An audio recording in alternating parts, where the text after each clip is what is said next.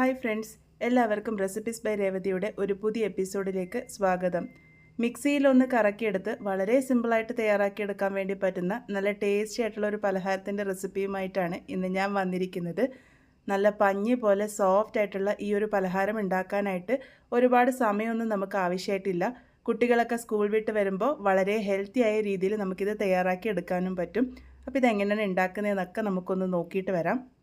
ഈ ഒരു പലഹാരം ഉണ്ടാക്കിയിരിക്കുന്നത് പഴം ഉപയോഗിച്ചാണ്. ഞാനിവിടെ റോബസ്റ്റ പഴമാണ് എടുത്തിരിക്കുന്നത്. നല്ല പഴുത്ത പഴം തന്നെ എടുക്കാൻ വേണ്ടി ശ്രദ്ധിക്കുക. ഇവിടെ ഞാൻ 3 എണ്ണമാണ് എടുത്തിരിക്കുന്നത്. അത് തൊലിയൊക്കെ കളഞ്ഞ് മിക്സിയുടെ വലിയ ജാറിലേക്കാണ് ഇട്ട് കൊടുത്തിരിക്കുന്നത്. നിങ്ങൾക്ക് റോബസ്റ്റ പഴത്തിന് പകരം നേന്ത്രപ്പഴം ഉപയോഗിച്ചും ഇത് തയ്യാറാക്കി എടുക്കാവുന്നതാണ്. അതുപോലെ തന്നെ ചെറുപഴം വേണമെങ്കിലും ഉപയോഗിക്കാവുന്നതാണ്. ആദ്യം ഇത് നല്ലപോലെ തന്നെ അരച്ചെടുത്ത് വന്നിട്ടുണ്ട്. അതിനുശേഷം ഇതിലേക്ക് 2 മുട്ടയാണ് ചേർത്ത് കൊടുത്തിരിക്കുന്നത്. അതും കൂടെ ചേർത്തതിന് ശേഷം ഹൈ സ്പീഡിൽ ഒന്ന് കറക്കിയെടുത്തിട്ട് വരാം. ഇനി ഇതിലേക്ക് ചേർക്കാൻ വേണ്ടി പോകുന്നത് മധുരത്തിന് പാകത്തിന് പഞ്ചസാരയാണ്. ഞാനിവിടെ 1/2 കപ്പ് പഞ്ചസാരയാണ് ചേർത്ത് കൊടുത്തിരിക്കുന്നത്. ഇതിൻ്റെ കൂടെ തന്നെ 1/2 ടീസ്പൂൺ അളവിൽ വാനില എസൻസും കൂടെ ചേർത്ത് കൊടുക്കാം. ഇനി ഇതും ഒന്ന് നന്നായിട്ടൊന്ന് അരച്ചെടുത്തിട്ട് വരാം. ഹൈ സ്പീഡിലാണ് ഞാൻ അരച്ചെടുത്തിരിക്കുന്നത്. അതിനുശേഷം ഇതിലേക്ക് 1/2 കപ്പ് അളവ് റിഫൈൻഡ് ഓയിലാണ് ചേർത്ത് കൊടുത്തിരിക്കുന്നത്.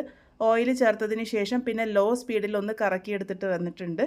അതിനുശേഷം ഇതിലേക്ക് 1 കപ്പ് മൈദയാണ് ചേർത്ത് കൊടുത്തിരിക്കുന്നത്. മൈദയ്ക്ക് പകരം ഗോതമ്പ് പൊടിയും ഉപയോഗിക്കാവുന്നതാണ്.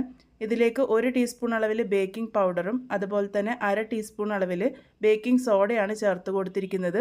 1 നുള്ളു ഉപ്പും കൂടെ ചേർത്ത് കൊടുക്കാം. അതിനുശേഷം ഇത് ലോ സ്പീഡിൽ തന്നെ ഒന്ന് കറക്കിയെടുത്തിട്ട് വരാം.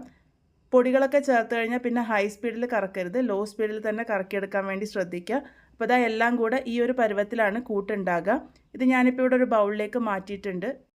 ഇതിലേക്ക് നട്ട്സ് പൊടിച്ചതാണ് ചേർത്ത് കൊടുക്കുന്നത്. ഞാനിവിടെ 6 ബദാമും 6 കാഷ്യൂനട്ട് എടുത്തിട്ട് ഒന്ന് മിക്സിയുടെ ജാറിലിട്ടിട്ട് പൊടിച്ചെടുത്തിരിക്കുകയാണ് ചെയ്തിരിക്കുന്നത്. നിങ്ങൾക്ക് വേണമെങ്കിൽ ചോപ്പ് ചെയ്തിട്ട് വേണമെങ്കിലും ഇട്ട് കൊടുക്കാവുന്നതാണ്.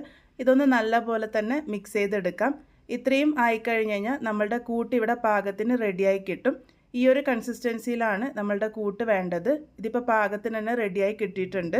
അഥവാ കൂട്ട് ഒരുപാട് കട്ടിയായി തോന്നുന്നുണ്ടെങ്കിൽ പാലൊഴിച്ചിട്ട് കൂട്ടിൻ്റെ കൺസിസ്റ്റൻസി റെഡിയാക്കാം. ഇനി ഇത് ചുട്ടെടുക്കാനാണ് പോകുന്നത്. ഞാനിപ്പോൾ ഇവിടെ ഉണ്ണിയപ്പം ഉണ്ടാക്കണ ആ ഒരു ചട്ടിയിലാണ് ഇത് ചുട്ടെടുക്കാൻ വേണ്ടി പോകുന്നത്. ചെറുതായിട്ട് ഓയിലൊന്ന് ബ്രഷ് ചെയ്ത് കൊടുത്തതിന് ശേഷം ഓരോ കുഴിയിലേക്കും അതിൻ്റെ ഒരു 1/4 ഭാഗത്തോളം വരുന്ന രീതിക്ക് നമുക്ക് മാവ് ഒഴിച്ചു കൊടുക്കാം. ഒരുപാട് നിറച്ചൊഴിച്ചു കൊടുക്കണ്ട, ഇത് നന്നായിട്ട് പൊങ്ങി വരും. അപ്പോൾ ദാ ഈ ഒരു രീതിക്ക് ഞാൻ എല്ലാ കുഴിയിലേക്കും തന്നെ ഇട്ട് കൊടുക്കുന്നുണ്ട്.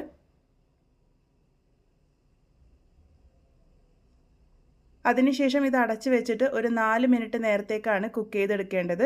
ആ ഒരു സമയമാകുമ്പോഴേക്കും ഇത് നന്നായിട്ട് പൊങ്ങിയൊക്കെ വന്നിട്ടുണ്ടാകും. അതിൻ്റെ മുകൾ ഭാഗമൊക്കെ നല്ലപോലെ ഉണങ്ങി വന്നിട്ടുണ്ടാകും. ഇനി ഇതൊന്ന് മറിച്ചിട്ടും കൂടെ കൊടുക്കുന്നുണ്ട്. ആ ഒരു മുകൾ ഭാഗം കൂടെ ഒന്ന് മൊരിഞ്ഞ് വരാൻ വേണ്ടിയിട്ടാണ് ഞാനിവിടെ മറിച്ചിട്ട് കൊടുക്കുന്നത്.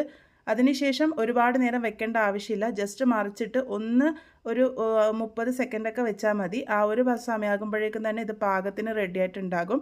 അപ്പോൾ ദാ ഇതിപ്പോൾ പാകത്തിന് റെഡി ആയിട്ടുണ്ട്. നമുക്കിത് മാറ്റിയെടുക്കാം. ഇപ്പോൾ 2 ഭാഗവും ഒന്ന് ചെറുതായിട്ട് മൊരിഞ്ഞ് വന്നിട്ടുണ്ട്. ഈ ഒരു പാകത്തിനാണ് ഈ ഒരു പലഹാരം തയ്യാറാക്കി എടുത്തിരിക്കുന്നത്. അപ്പോൾ ഇത്രേ ഉള്ളൂ. വളരെ സിമ്പിളായിട്ട് തയ്യാറാക്കി എടുക്കാൻ വേണ്ടി പറ്റുന്ന നമ്മളുടെ പലഹാരം ഇവിടെ റെഡി ആയിട്ടുണ്ട്. പഴം ഉപയോഗിച്ച് വളരെ എളുപ്പത്തിൽ നമ്മളിന്ന് തയ്യാറാക്കിയിരിക്കുന്നത് ഒരു കേക്കാണ്. ഉണ്ണിയപ്പത്തിൻ്റെ ചട്ടിയിൽ ഉണ്ടാക്കിയത് കൊണ്ട് തന്നെ കുഞ്ഞു കുഞ്ഞു നല്ല പഞ്ഞി പോലത്തെ കേക്കാണ് നമ്മൾ തയ്യാറാക്കിയിരിക്കുന്നത്.